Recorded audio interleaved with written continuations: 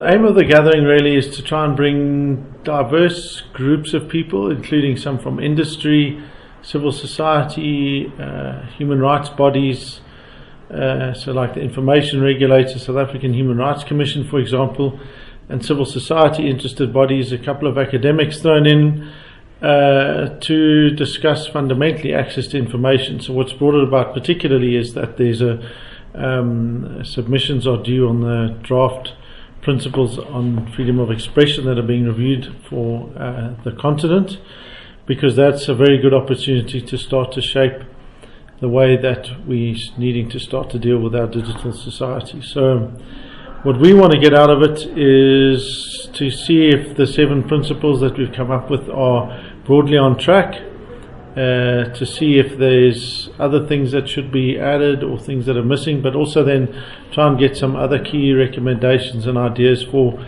next steps from this. So we've already seen that we need to look at a fundamental rework of the PIA, which is the Promotion of Access to Information Act, which is quite a crucial piece of legislation.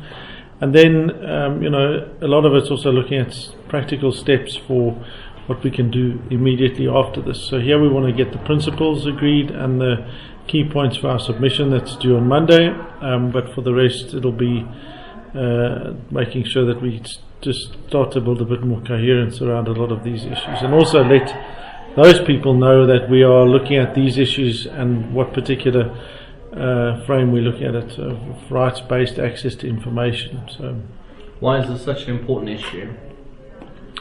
It's important because access to the internet is now recognized as a fundamental right, and that matters to us because we don't have fundamental rights being realized in South Africa.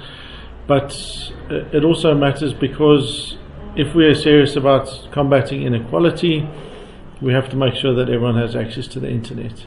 If we're serious about growing and developing our country, we have to make sure that everyone has equitable access to the internet. Without it, our country's economy is in a crash, and so it's important now because our economy is in deep trouble, our media sector is in deep trouble, our young people in deep trouble. They don't have access to these things. If we're going to begin looking at innovation, if we're going to look at how you develop it, we have to do this. All the research available seems to suggest, and I've yet to find a digital reality denialist or one of these people that say that providing access doesn't stimulate economic growth and development and job creation. All the evidence shows that the moment you provide access to the internet on a basis that's fast, cheap and reliable, it stimulates the economy. So it's like a no-brainer actually as to why this is so fundamentally critical now, not just from a human rights perspective, but from the perspective of our nation has to do this or we're doomed. What is holding it back? Sure, what's holding it back? I think that there are a number of competing interests. We know that in the last decade what's been holding it back is that you see people that see the potential economic outcomes for them and the idea of making money. So we've seen government departments competing on this. The idea of rolling out cabling and the infrastructure for it there's been competition among government departments there. But fundamentally, we've also just not seen any kind of real focus on digital policy ever. There have been bits and pieces, but there's no comprehensive thing on it. We still don't know which department to speak to about which things. Each department seems to have its own ideas, its own plans, and now this latest 4IR commission doesn't seem to be straddling across the things that are there. So it's a lack of political will.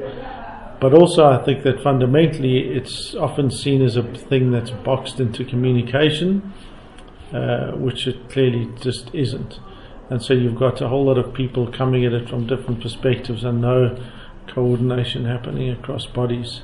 Plus then you've got competing interests that are doing it. And then when you add into that mixture just a little bit of corruption here and there from across the board, not just within government clearly, but within private sector, you've got a fabulous recipe for disaster, which is what we have.